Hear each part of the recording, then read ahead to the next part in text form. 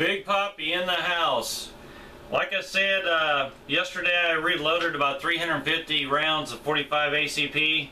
Just showing you the process, and let me get this down here for you.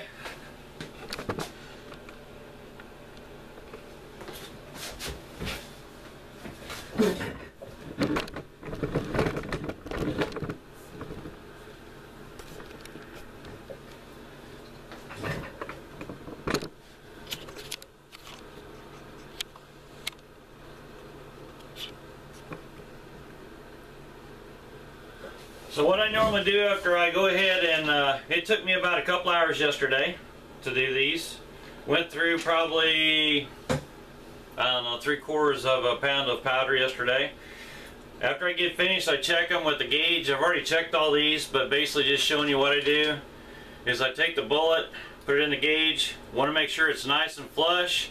And the other thing is it drops out in my hand and there's no problems with it. Sometimes you'll find them where they're not totally flush.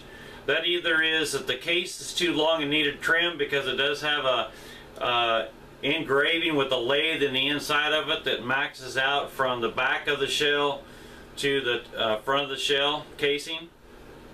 So again, I checked them, went through them, and I pretty well just take them, put them in ammo boxes. I got a pretty good deal on a bunch of these white ammo boxes. All my ammo, different calibers, I've got a certain colored box that most of them go in. And they're fairly cheap out there on the eBay for these plastic ones. The cardboard ones that people shoot a lot of them are a little bit pricey.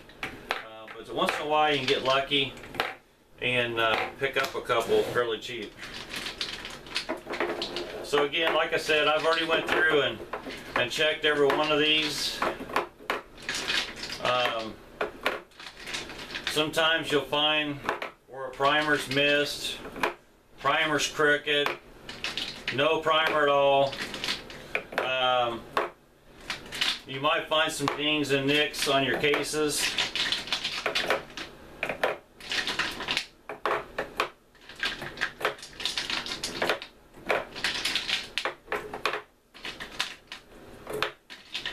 And this one is not all the way in.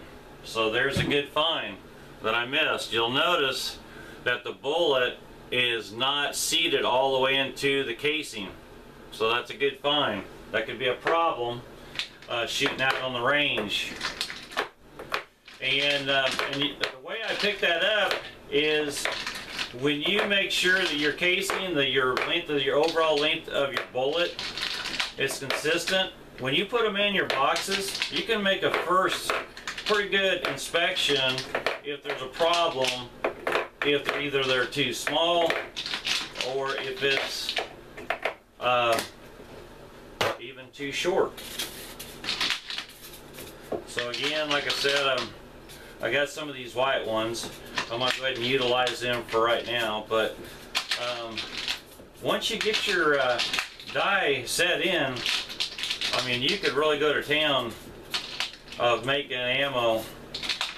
And again, if anybody says they don't have any problems with their presses, I think that would be a statement that they're lying, because I haven't found a leaf press, and I've got 8 in here, plus some singles, that I haven't had to come across some, you know, general things that you got to tweak, you got to fix, troubleshooting.